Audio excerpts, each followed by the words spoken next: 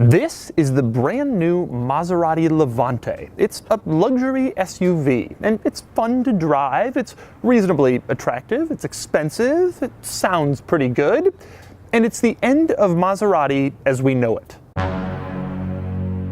You see, when you think of Maserati, you probably think of beautiful Italian sports cars like the Ghibli in the 1960s and the gorgeous birdcage race car from the 1950s. Or maybe you think of the glorious exhaust note in the Gran Turismo or the ultra-rare MC12.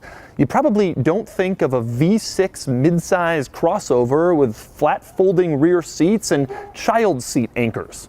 But that's exactly what this is. And yet, that's not why this car signals the end of Maserati as we know it, although it is one sign.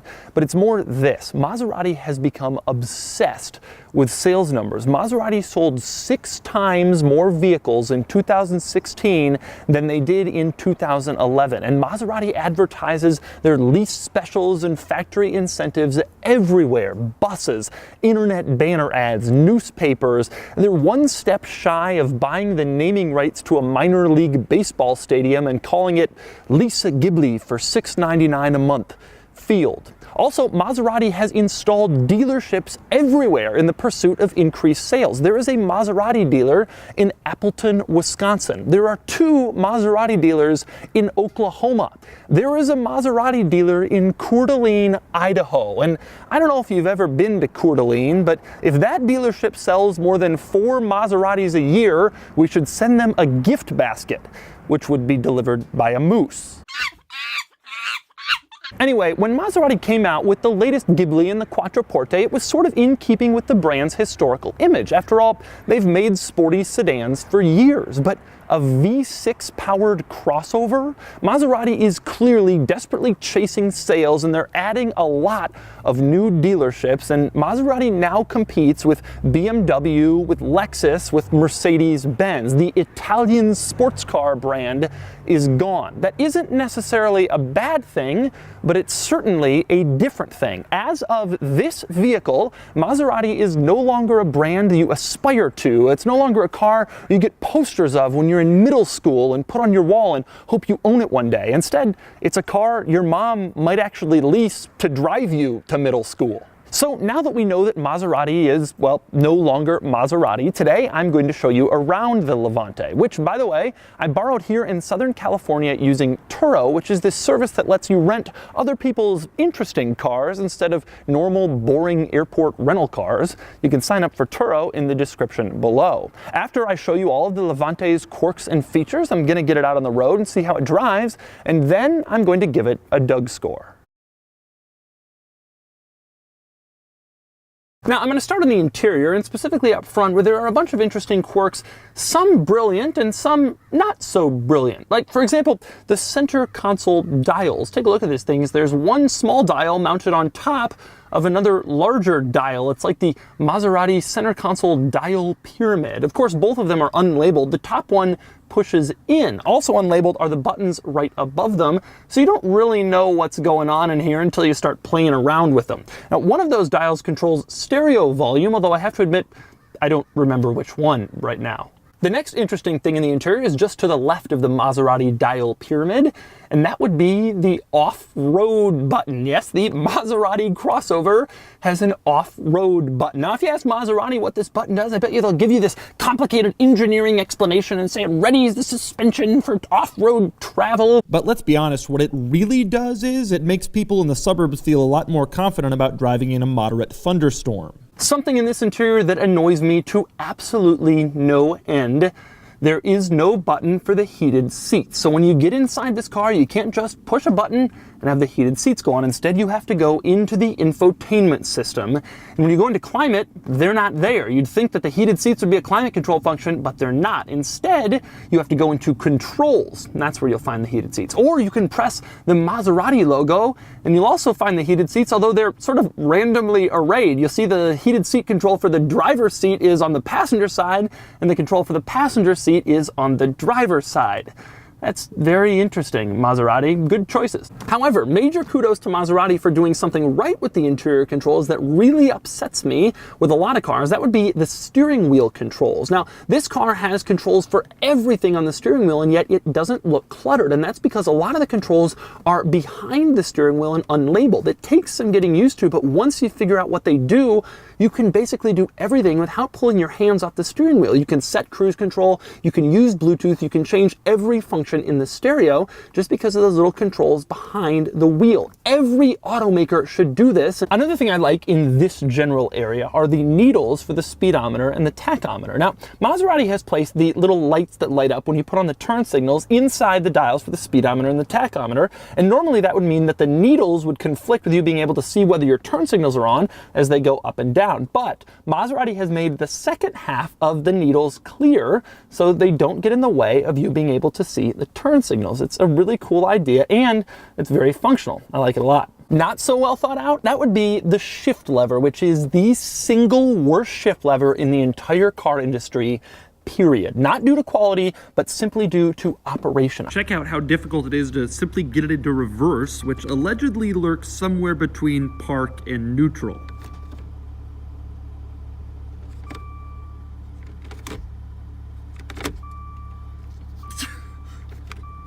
And if that wasn't bad enough, oh, it gets worse. This car's parking brake automatically goes on when you put it in park. That's fine. But when you get back in the car, you put it in drive, you're ready to go again, the parking brake is still on, you forgot, so you take the parking brake off, and then you're ready to go, you press the accelerator, but oh no, the car has shifted itself back into park, which means that you then must shift it into drive a second time. Who thought that made any sense? Another interior quirk that's either cool or uncool depending on your perspective, I can always tell whether a car is trying to sell itself based on brand name or actual quality based on the number of brand logos it has throughout the interior. And from the driver's seat of this car, you can see 6 different Maserati logos as you simply drive down the street. 1, 2, 3, 4, 5, 6, all visible from the driver's seat at any given moment. Read into that what you may about just how much Maserati is trying to sell you this thing based on the fact that it's a Maserati. And that's nothing. Maybe the most ridiculous use of the Maserati logos is that infotainment screen. When you turn on the car, you'll notice the first screen has the Maserati logo on it. Then it goes to a second screen that has the Maserati logo on it. When you press accept, it then goes to the main screen, which has the Maserati logo at the bottom. And when you go into that screen, you'll find that one of the apps that pulls up has the Maserati logo as its logo. A couple of other interesting things in the front seats of this car. Open up the center console and you'll find that it's very deep and that the bottom has 2 cup holders in it, bringing the total number of cup holders in the front seats of this car to 4, which is very useful and practical. Maybe a little bit stranger in the center console is this on-off switch. I cannot figure out what this does. I can't even find it in the owner's manual. Normally, I think it's for a cooled center console, but trust me, this car doesn't have a cooled center console. It does, however, have a cooled glove box. Take a look at this. This little dial here allows you to change whether you have air coming into the glove box so you can cool down whatever you keep inside. If, for example, you've gone to pick up food and you want to keep it cold on your drive home, and that is a pretty good idea. Less of a good idea is the power trunk release. This car has a power liftgate, and for the last 5 days and 500 miles, I've been driving around thinking there is no way to open it from the driver's seat. It's not on the door panel, it's not to the left of the steering wheel, it's not in the middle. I just figured Maserati forgot it. Well, it turns out they didn't forget it. Instead, they stuck it in the least intuitive place possible on the ceiling above the driver's head by the dome light. If you want to open the tailgate, that's where you have to push. It is very bizarre. It's not like that in any other car, but I guess they figured if they put it up there, you wouldn't accidentally open the tailgate while you were driving.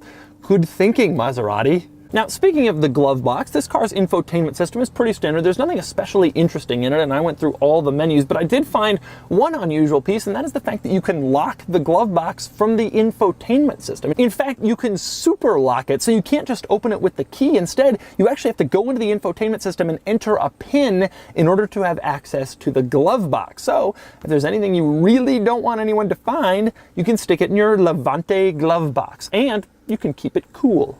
The only other really interesting thing I found in the infotainment system is the owner's manual. Obviously, this car still comes with a paper owner's manual, but check this out. The owner's manual inside the infotainment system is one of the most useful I've seen. It allows you to select various areas in the car, and then it zooms in, and then it allows you to select those things so you can figure out exactly what some button is if you don't know what it does. Except, of course, for that little button inside the center console that says on, off. That's not in there. But everything else is in there, and I swear this is a really intuitive owner's manual. It's probably the best I've seen, and it makes it very easy to find what you're looking for. Next up are the back seats, which are pretty straightforward. I fit reasonably well, though it's a bit tight, but then again, I'm pretty tall and the Levante isn't a giant SUV. Naturally, the seats also fold down in a split configuration like virtually every other SUV. Maybe the most interesting thing back here is the buttons you'll find on the door panel. Those buttons control all the doors. They're just like the lock and unlock buttons in front or on your key fob, and I think that's kind of a strange thing to give the rear seat passengers, especially in a family vehicle. You'll have kids back here. That's not really a power I want to give to children. And it's the same deal in the cargo area of the Levante. There's not anything particularly interesting or unusual back here. With that said, there is one little item in the cargo area I kind of like. This little pass-through into the back seats. You can see it there. Obviously, this is for skis or something like that. If you have someone sitting here and here and you can't put the seats all the way down, you can open this thing up and then push this forward, and look, I can see in to the back seats. And yes, I realize this is not a new feature in the grand scheme of the car industry, but I'm used to Maseratis with tiny back seats and crazy exhaust notes, not little pass-throughs for extra storage. So it's kind of an interesting feature in this car. Next up, moving on to the outside, I want to discuss the Levante's exterior styling. Now, the exterior styling of this car has been kind of controversial, but personally, I like it. I like the fact that it's sporty, it's low, it's fairly restrained. It isn't dramatically overstyled like some modern practical luxury cars.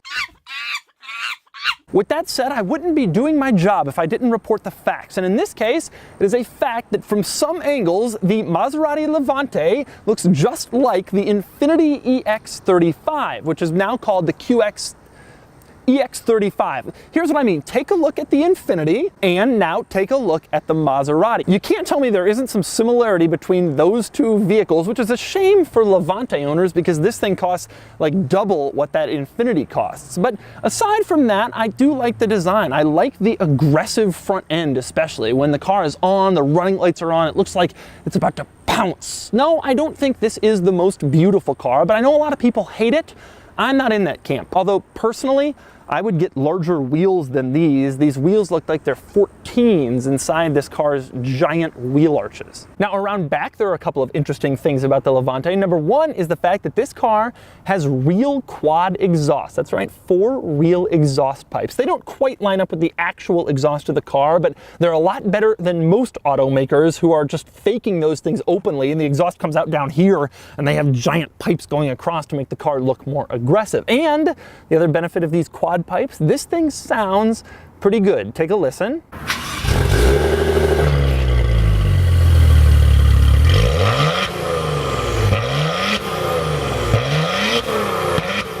Okay, no, it doesn't sound like an exotic supercar, but for a V6 crossover, that sounds good. It's a lot better than your family's Highlander. So there are some pros and cons to the Levante, but I couldn't do this review if I didn't mention the biggest drawback, and that would be simply the fact that this car is just really overpriced. This is a base model Levante with only a couple of options, and the sticker price is just a shade over $80,000. That's $20,000 more than a base level BMW X5. Underneath the hood, you will find a 3-liter V6 with only 345 horsepower. That's not exactly Maserati territory, and in fact, this thing has less horsepower than the nicest version of the Audi Q5 for $80,000. And then there's the interior. This just isn't an $80,000 place to be. Take a look at the window switches. Once again, Maserati is simply using the exact same window switches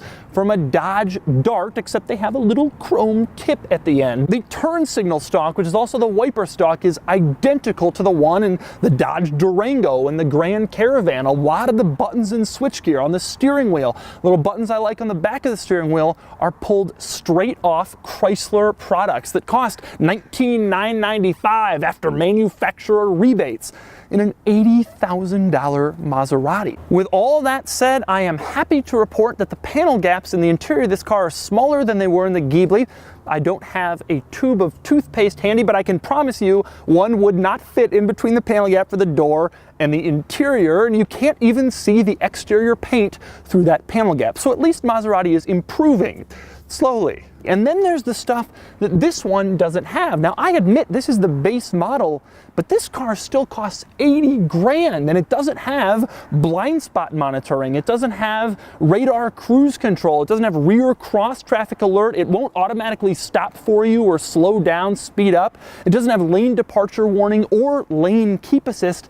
It doesn't even have parking sensors for $80,000. So there are some benefits and some drawbacks to this car, but that is a huge drawback. In the end, Maserati really entices you to spend money on options, as a lot of luxury car brands do, but this car's starting price is just too expensive to justify that. You could add virtually everything that I complain this car doesn't have back in through options, but then you've spent $90,000 and you're still driving around in a base model Levante with only 345 horsepower. The value proposition simply doesn't add up. So the Levante has some interesting quirks and features and some drawbacks, but there is an upside to this car, and it comes when you get behind the wheel. So I'm going to take it out on the road and drive it. And as always, for more of my thoughts on the Levante, click the link below to go to autotrader.com/oversteer, where I've written more about it and where I've compiled a list of the most interesting Maserati models currently for sale on AutoTrader. Driving the Levante. Now, I've been a little bit critical of some Maseratis lately, including this one, obviously, but I will say that the thing I like most about this car is the way that it drives. For one thing, just driving down the street here, I'm going 25 miles an hour on a residential road, and it sounds great. I love the sound of this car.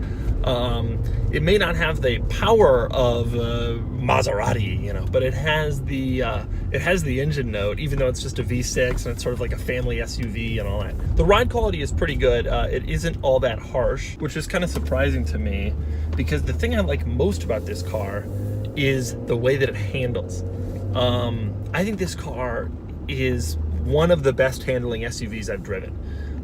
It's benefited by a low center of gravity, it's a fairly low vehicle, and it's reasonably wide. Through corners it feels really flat. I took it on those big circular highway on-ramps at speeds I probably shouldn't have been going, and it felt great, and it felt stable, and it felt like I was completely in control. At one point I was going so fast that it did start to get a little squirrely, but I never felt like I was going to spin out or anything. I felt like it was very predictable, and I knew exactly where it was going and what was going to happen. I guess what I'm saying is I really, really like how it drives.